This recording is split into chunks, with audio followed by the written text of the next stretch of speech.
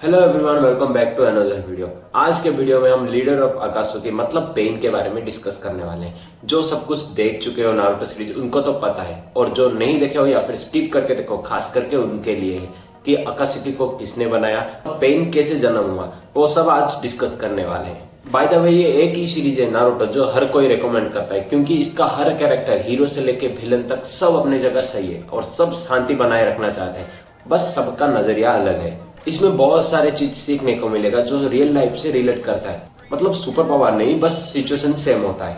कहानी शुरू होता है एक बच्चे से जिसका नाम है नागाटो। वो हिडन ड्रीम विलेज का है। एक्चुअली उस टाइम वार चल रहा होता है, थर्ड ग्रेट निंजा वार। कुछ शिनोबी उनके घर आ जाते हैं खाना ढूंढते हुए, और वो नागाटो और उसके पेरेंट्स छुप जाते हैं कहीं उन्हें मार ना दे। वो मौका देख के निकलने ही वाले थे। जैसे ही वो जा रहे थे, नागाटो का हाथ एक पोट पे लग गया, टेबल पे रखा हुआ पोट, और पोट नीचे गिर गया। आवाज सुनते ही शिनोबी को पता चल गया कि एनिमी कोई छुपा हुआ है, और वो अटैक कर दी।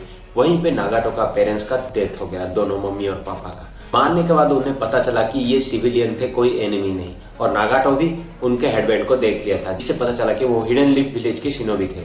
सब शिनोबी एक हेडबैंड पहनते हैं, जिससे पता चलता है कि कौन से विलेज के वो शिनोबी है। मतलब उनके हेडबैंड पे एक लोगो होता है जो हर विलेज का अलग अलग होता है।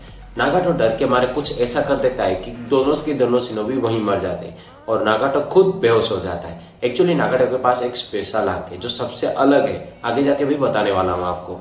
फिलहाल नागाटो के मम्मी पापा मर चुके हैं, और वो खाना ढूंढने के लिए घर छोड़ देता है, अकेला बाहर घूमता है। वो किसी से भी खाना पूछता है तो कोई भी नहीं देता है, क्योंकि वार चल रहा है, उनके पास भी ज्यादा फूड नहीं है। भूख के कारण चलते चलते वो गिर जाता है। वहीं पर एक लड़की आती है और ब्रेड उसे देती है खाने के लिए। खाने के बाद वो एक और दोस्त के पास ले जाती है, उसका नाम है याहिको, और उस लड़की का नाम है कोनान। एक्चुअली याहिको और कोनान भी इसी वार में ही अपने पेरेंट्स को खो दिए थे।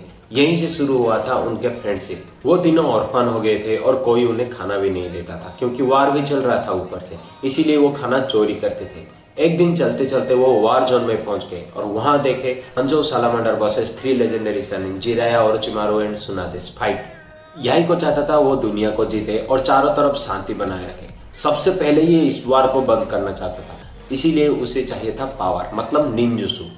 निंजुसु सीखने के लिए हिडन लीफ शिनोबी जो हांजो से लड़ रहे थे उनके अंडर ट्रेन होना चाहता था, क्योंकि उसे पता था हांजो कितना पावर है और उसका ऑर्गेनाइजेशन।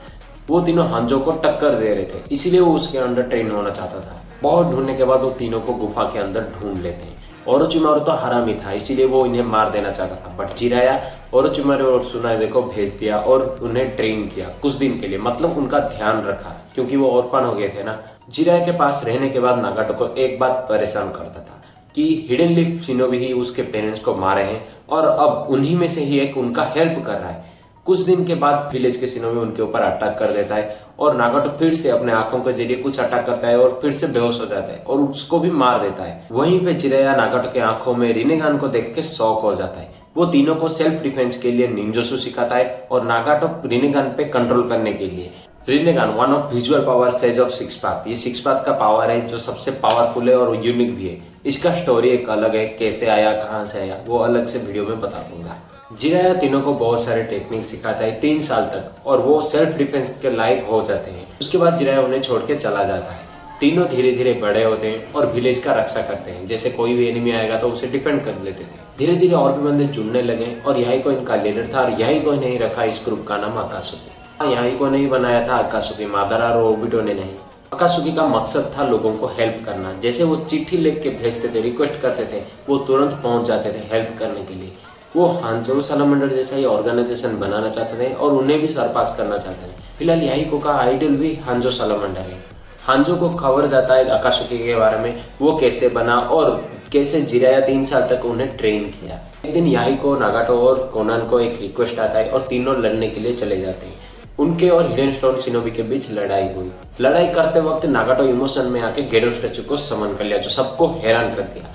याहिको ने तुरंत नागाटो को वहां से लेकर चला गया, बट वो हिडन स्टोन विलेज के शिनोबी नहीं थे। एक्चुअली वो डांजो के शिनोबी थे, और खुद डांजो भी वही था जो ट्रांसफॉर्म होकर हिडन स्टोन के शिनोबी बन गए थे। डांजो हिडन लीफ का शिनोबी है, और वो ब्लैक रंगो का लीडर भी है। पूरे सीरीज में इसके जैसा कमीना आपको कहीं भी नहीं मिलेगा। वो और हांजो मिलकर ये प्लान बनाए थे, बट बीच में अकात्सुकी आ गए, इसीलिए वो हांजो के पास चला गया। अकात्सुकी हिडन रेन का ही मेंबर्स थे। हांजो धीरे धीरे हांजो का ब्रेन वॉश किया। वो बताया कि फिलहाल वो तुम्हें आइडियल मान रहे अकात्सुकी के मेंबर, बट फ्यूचर में वो तुम्हें ओवरटेक करके विलेज का लीडर बन जाएंगे और तुम कुछ भी नहीं कर पाओगे, क्योंकि वो अभी से ही तुम्हारे मर्जी के बिना काम कर रहे बिना पूछे। दोनों ने मिलकर एक प्लान बनाया। पहले वो याहिको को बुला के लीडर बनाया, शांति का लीडर, मतलब उनके विलेज के चारों तरफ जो 3 विलेज है उनके और इन विलेज के बीच शांति बनाए रखे। लीडर बनाने के बाद वो सब खुशी से चले जाते हैं। फिर वो कोनान को किडनैप करते हैं और हॉस्टेज बनाते हैं। याहिको और नागाटो और हांजो से मिलने जाते हैं। जब वो मिलने जाते हैं वो वहां पे कोनान को देखते हैं। हांजो सोचता था कि याहिको अकात्सुकी का लीडर है, अगर इसे मार देंगे तो अकात्सुकी खत्म हो जाएगा, और इसीलिए वो एक कुनाई देता है नागाटो को और याहिको को मारने के लिए बोलता है। नागाटो याहिको की मारने की सोचा भी नहीं था, वो बस कुनाई उठाया। जैसे ही वो कुनाई उठाया, याहिको कहीं वो कोनान को मार ना दे, इसीलिए वो आके कुनाई पे गिर गया, मतलब जानबूझ के सुसाइड कर लिया। हांजो फिर भी उसके बाद भी कोनान और नागाटो दोनों को मारने की कोशिश किया, बट नागाटो जैसे तैसे करके कोनान को बचा लिया। याहिको का डेथ नागाटो के इमोशंस को ट्रिगर कर दिया और वो इमोशंस में ही आके गेडो स्टैचू को समन कर दिया। वो पलक झपकते ही हांजो और डांजो के शिनोबी को दोनों को मार दिया और जैसे तैसे करके हांजो वहां से चला गया। याहिको को नागाटो सब कुछ मानता था, इसीलिए उसके बॉडी को भी नहीं जाने दिया। उसके बॉडी पे रॉड इम्प्लांट करके उसे कंट्रोल करने लगा। याहिको का सपना था हमेशा लीडर बनना, इसीलिए वो याहिको के बॉडी को ही लीडर बनाया और खुद का बॉडी कभी भी सामने नहीं लाया, मतलब खुद के सामने कभी भी नहीं आया। ओबिटो पहले से ही उसका ब्रेन वॉश करने आता था। वो बताता था कि शांति वांति कुछ भी नहीं है दुनिया में, सिर्फ वार ही वार है, दुनिया हेड से ही बना है। इसलिए वो ओबिटो के टीम को भी ज्वाइन कर लिया। ओबिटो याहिको के जिंदा रहते वक्त भी अप्रोच किया था कई बार, बट हर बार याहिको उसे मना कर देता था। जैसे ही याहिको का डेथ हो गया, नागाटो का सारा इमोशन पेन में बदल गया। ऐसा सोचा कि दुनिया बस पेन में ही भरा पड़ा है।